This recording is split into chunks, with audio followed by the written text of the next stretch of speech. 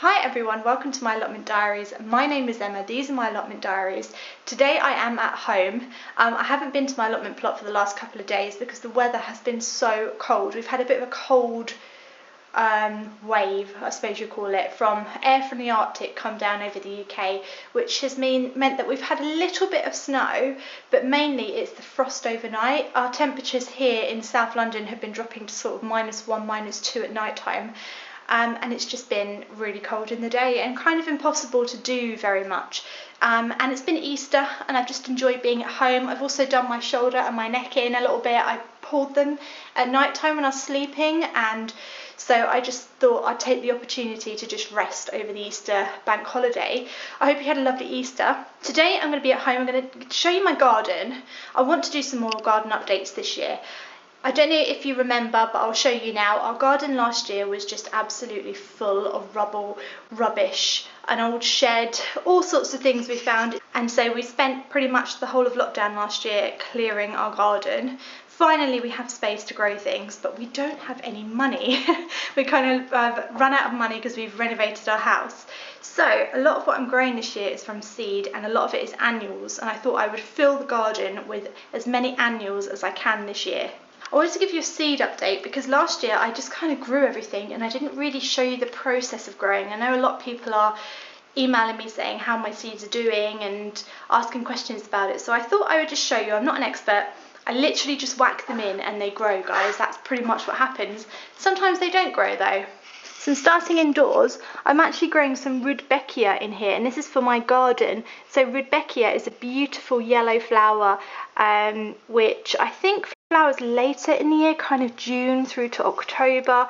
And you can see that I've got some coming up here, so it's not doing too badly. Fingers crossed some more come up soon.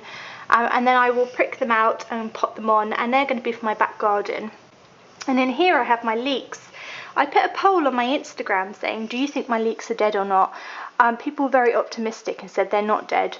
I really just think that they are dying / dead. So what I've done in the module here is I've sown some more.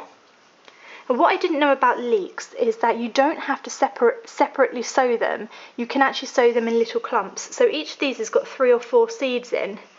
And I'm just going to literally pop them on as a clump and probably plant them out as a clump. I didn't realise you could do that with leeks, but they're very fiddly little seeds, and that's probably what's happened. I potted them on too early into these toilet rolls and they've just died. They just haven't survived. So there's something I didn't know about leeks. Now, I did have all my seeds out on this table last time. Since then, I've gone and brought a little mini greenhouse. These are excellent if you've got a small space outside and you're running out of room in your house. This was £25 from Wilkinson's. Here it is outside, you can see. It doesn't take that much room up in my garden. Like I said, it was £25. So it just sits here because we get quite a lot of sun here and it's out the way. I've got lots of seedlings growing in here, which I'm really, really excited about. I'm keeping my voice down because the neighbours are out. My dad could probably hear me, I don't know why I'm bothering. Here are my tomatoes. Remember, I've got the cherry tomatoes and the Gardener's Delight. I've whacked them straight in here, guys, and they seem to be doing really, really well. It gets really hot in this greenhouse and I get a lot of condensation on the side, so I know they're really happy and they seem fine. Next to them, I've got my nasturtiums. This is going to go over my archway in the garden. Again, they're doing really, really happily. I'm not going to pot these on. I'm just going to plant them straight out at the end of April. Next to them, I've got my zinnias. Excuse me. Last year, I just scattered zinnia seeds in the ground and they grew fine. But this year, I'm going to try and actually grow them. I'm not sure if you can see them, actually. They seem to be doing okay. And when they get a bit bigger, I will pot them on. I think, or maybe I'll let them grow in here as long as possible, but I haven't done it that way before. Just hoping that because it's going into my back garden I can be a bit more selective with where I put the plants. I don't just want to scatter seeds willy-nilly. I've got sunflowers growing. Easiest flower in the world to grow, sunflowers. Here they all are. They're quite happy.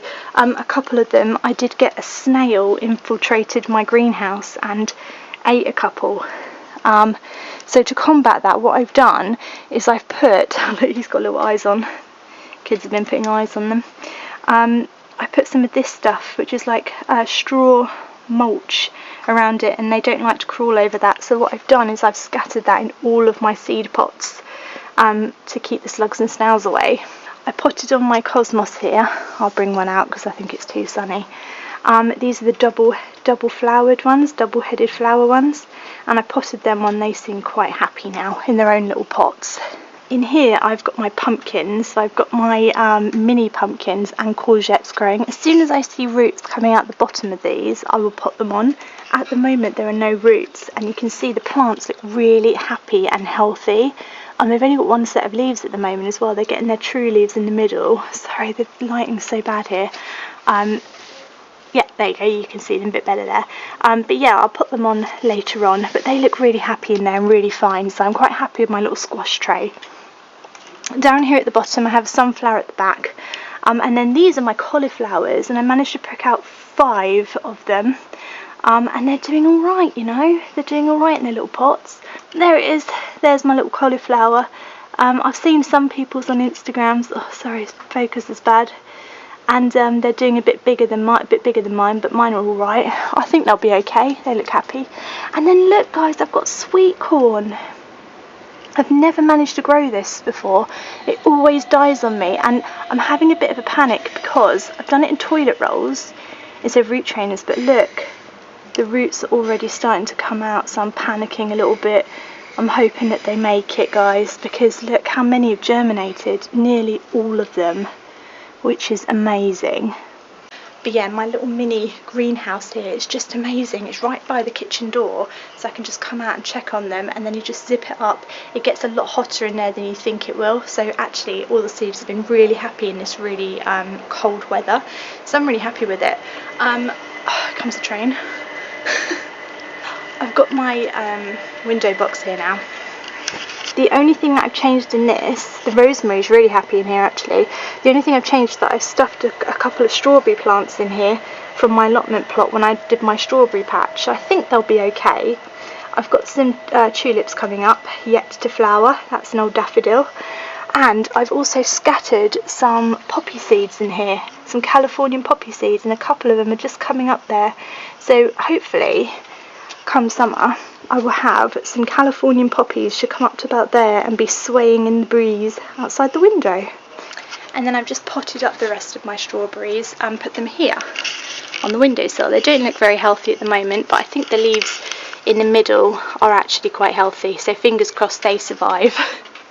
The plan for this area here, because it's just outside the house, is to turn it into more of a kitchen garden.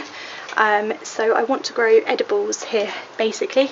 It's quite a small space, but I thought that would be a really fun challenge, and how useful it would be just to be right outside the back door. I think I'll be surprised of how much I can fit in here actually. So this wall here gets quite a lot of sun, and I thought this would be great to put some trellis and have beans growing up here, runner beans, French beans, green beans, all sorts of beans, as many as I can fit on there. And then maybe a little table and chairs here, and some shade loving things in pots along the fence, so I'll be growing a lot vertically. But yeah, I think it's going to work. I'm really excited to share that with you this year, because this is going to be a big project, and I will be documenting it as soon as we get round to starting it. Yeah, so that's going to be that project. This is how my garden's looking at the moment. Grass is looking a bit worse for wear, but there you go, it's what happens. All my daffodils have come out in little rows, like little soldiers, which is quite funny. And I've made a teepee here. Just made this out of some bamboo canes and tied them up really, and then I put some sweet peas at the base. I've got a weed membrane down at the moment, but I will fill this up with some kind of soft mulch, I think. Something that Tommy can sit on and not be in mud, but also be quite comfortable as well. And hopefully the sweet peas will grow all over this teepee, but if they don't, I'll put some more climbing beans up there, or maybe some nasturtiums or something. I want to make sure it's really fully grown basically. But yeah, it's quite a nice idea to do for kids in the garden, I think, this little teepee. It doesn't look too invasive. Do you know what I mean? I think it still looks quite nice. So that's my little teepee for the kids. This flower border here is my south facing flower border, so it gets more sun. I'm going to make it bigger, guys. I'm going to cut into the grass a bit more and make it bigger, because I want more plants there. and less plants here because this is my shade loving side. So I'm thinking of cutting out a little bit here and putting a bench or something. This is actually my favourite flower bed, it's right at the back. And I've got this tree in which is an Acer tree, which means we get so much blossom on it in the spring, which is just really, really nice. I've got all my daffodils around and I've put in some box hedging. Hopefully, if I've done it right, we'll get a really nice box hedge border along there. And then I've got some dahlias which you can see are covered. Got one here and one over there, which hopefully will grow and not die. And then I'm just thinking this whole bed is just going to be flowers basically. The reason being because right next to it we've got our pallet seating area which we made last year. It needs a bit of a repaint this year, and we got some cushions for it now. So here's our pallet seating, and then look, you sit here and you can see that flower bed. I've got a clematis here which is hopefully going to grow really well this year. It's an autumn flowering one, and I've got some lily of the valley in there. And I'm going to have more pots around here, but yeah, it's a really nice little bed to sort of sit and watch, really. Watch, you know what I mean, you don't watch flowers, but anyway. Over there, our shed is going to go there. We're just getting a small one, so imagine a little shed there and a barbecue area just behind it or just in front of it.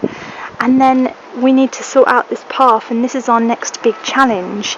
We need to take all this path out and do a nice, we're thinking bricks or gravel or something easy, but something that's quite natural, just to take you through here.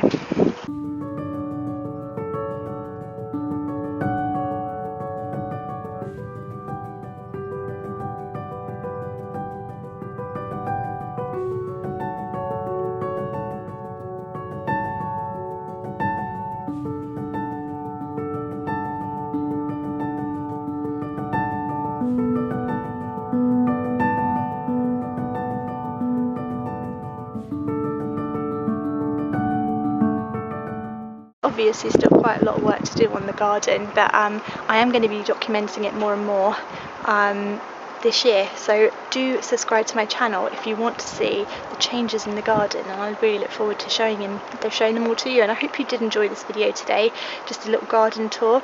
Let me know any ideas that you have for my garden. It's quite a small garden, but I'm going to fill it to the brim, as many flowers and plants as I possibly can, and I'm excited to show you the little kitchen garden down there too, which should be taking shape this summer. So thank you for watching, guys. Hope you enjoyed it. Don't forget to subscribe. See you next time. Bye.